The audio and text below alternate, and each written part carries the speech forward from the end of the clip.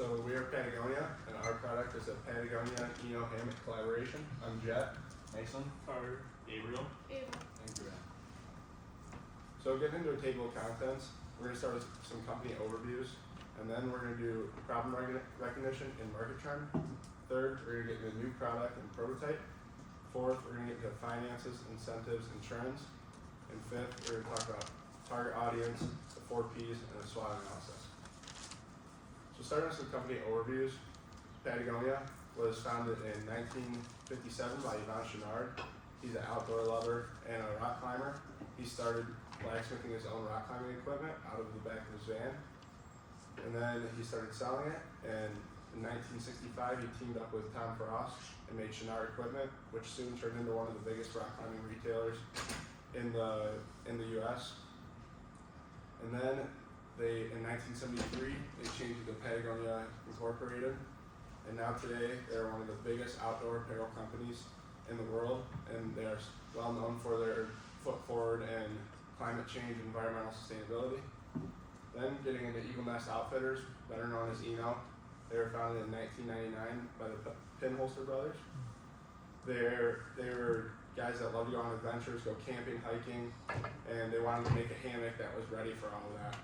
So they came up with their design, set off in their van around the world to sell their hammock design, and now today they're one of the leading companies in the hammock industry, and they are also put a great foot forward for environmental sustainability. So now we have a short video clip here that my buddy made to kind of show Eno's product.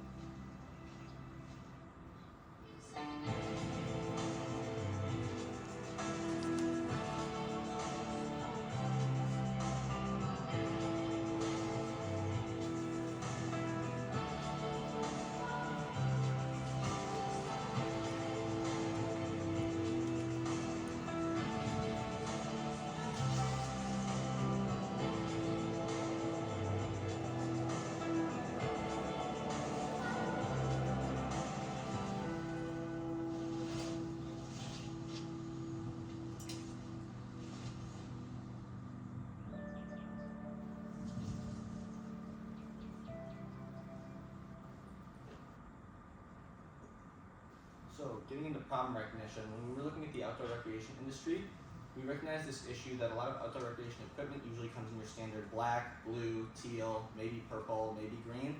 And customers are looking for bright colors, they're looking for fun patterns and things that stand out. We also recognize that consumers want to be able to express themselves. They want to be able to show off their personality, the brands that they're into, the styles that they're into, show off to their friends and family the things that they're about. And so that was something we really wanted to be able to capitalize on, was the consumer desire to be able to express themselves through their clothing and equipment. And thirdly, consumers want sustainable products. Clearly that's been a trend for I think almost every company here. Sustainability is important to consumers, and so that was something that we wanted to be able to hit on with our new product, and tap into Patagonia and Eno's desire for sustainability and the things that they do in regards to that. Getting into some market trends, the outdoor recreation industry was valued at $1.1 trillion in 2022. Patagonia earned $543 million in revenue in 2012, up to $1.5 billion in 2022.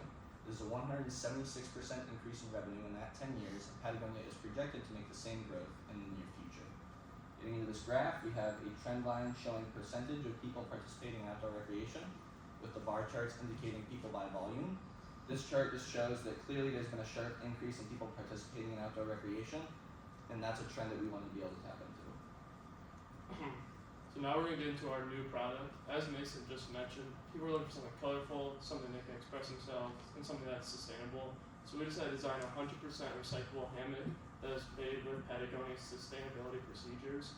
We'll use Eno's hammock with Patagonia's design, which I'll get into in a little bit. And there is single and double nest options. The single nest is smaller, it's just one person, it's a little cheaper option. And then the double nest, which is Eno's bestseller, is a little larger, meant for 2 people, but if you want a little more space, you can buy a double nest and have more space in there. So now getting into our prototype, we do have an Eno double hammock here that's Jet's. And you can just see how small the bag is, how light it is. It's only the weight about like 2 or 3 baseballs, so it's really light. And also, on the video earlier, you can strap it to your backpack, walk around, it's not going to find a burden to you when you're hiking around.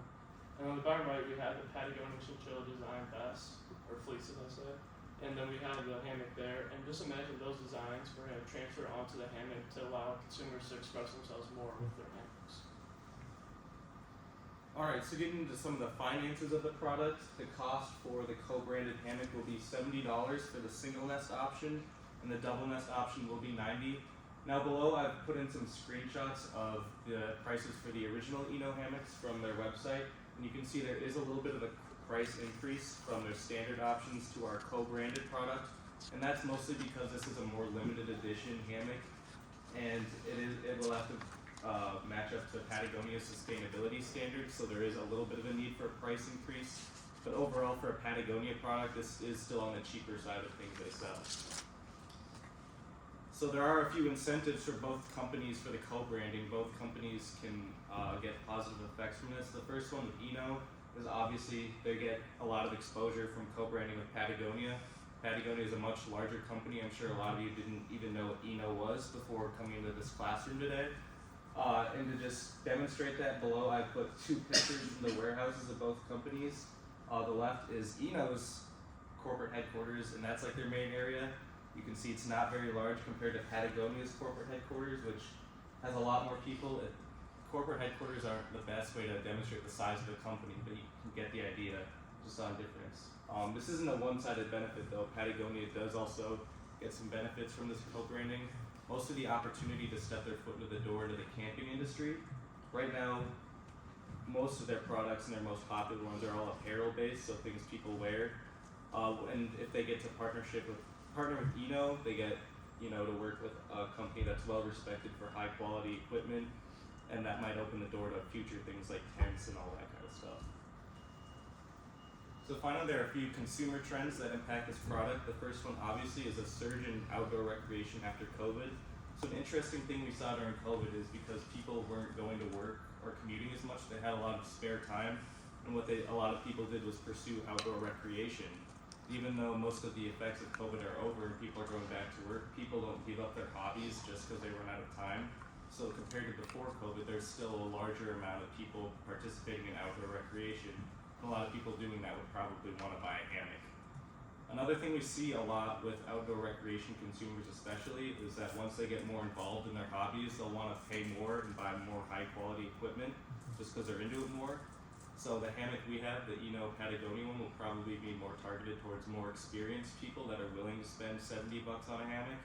Also, it's people who are big fans of Patagonia and the design, especially the Chinchilla vest, will probably be more likely to buy it. And finally, there is a growing global demand for lightweight, eco-friendly hammocks. As you can see with our hammock over there, it's very lightweight and condenses very easily, very easy to carry around. And both companies, Eno and Patagonia, have very strict sustainability standards for their products. So consumers that want to buy more eco-friendly products will see these two companies co-branding and will know that the product will be healthy for the environment. So next is the current target audiences of each company. So Patagonia currently sells the outdoor clothing and some gear, and some of their best sellers include their jackets, quarter zips, vests, and backpacks, while Eno currently sells hammocks and camping accessories, and some of their best sellers include the single hammock and then the double nest hammock. And then for Patagonia, they're very environmentally friendly. They focus on using those sustainable materials. And because of this, they can charge at a higher price, and customers are still willing to pay for that at that price because of the sustainable materials. And then for Eno, their audience is filled with nature lovers and just people who enjoy camping and hiking and being outdoors. As seen in that video, the girl is outside and she's enjoying it. So next, we're gonna go into the expanded target audience. And when researching, we found out that Patagonia and Eno have similar target audiences, which actually makes it easier for like our new product to promote that. So for Patagonia, we noticed that they don't sell that outdoor recreational equipment, and we wanted to use Eno to put that into Patagonia as well. So benefits for both companies come out of that. because people loyal to Patagonia are willing to buy this new product, and then people loyal to Eno are willing to also buy that product.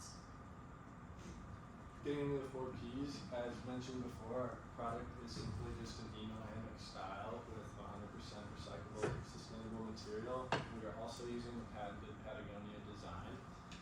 For the price range, as Gabriel mentioned, although Eno has their products listed right now, $55 for the single hammock and $75 for the double nested, we feel because the item is limited edition that we're able to increase the price a little bit just for customer intentions.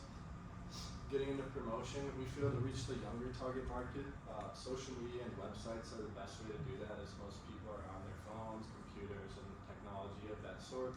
And emails and newsletters and brick and mortar stores can be most utilized for the older generations who like to be physical with their products and like to really get in the store and see what they're buying. For the place, we're thinking of selling our products on both the Patagonia and Eno website and third-party stores such as Amazon, just to help push the product a little bit further. And along with Patagonia's website, we feel like if we put the product in store, it would help because we can like shelve it nicely and make it available physically. For the SWOT analysis, our strengths truly lie in just being 100% recyclable and just the co-branding with a younger company. And also putting in the new design prints is a really good way for customers to express themselves. In the weakness category, we do understand that we're a little bit on the expensive side, and Patagonia is the cheapest option from Patagonia right now.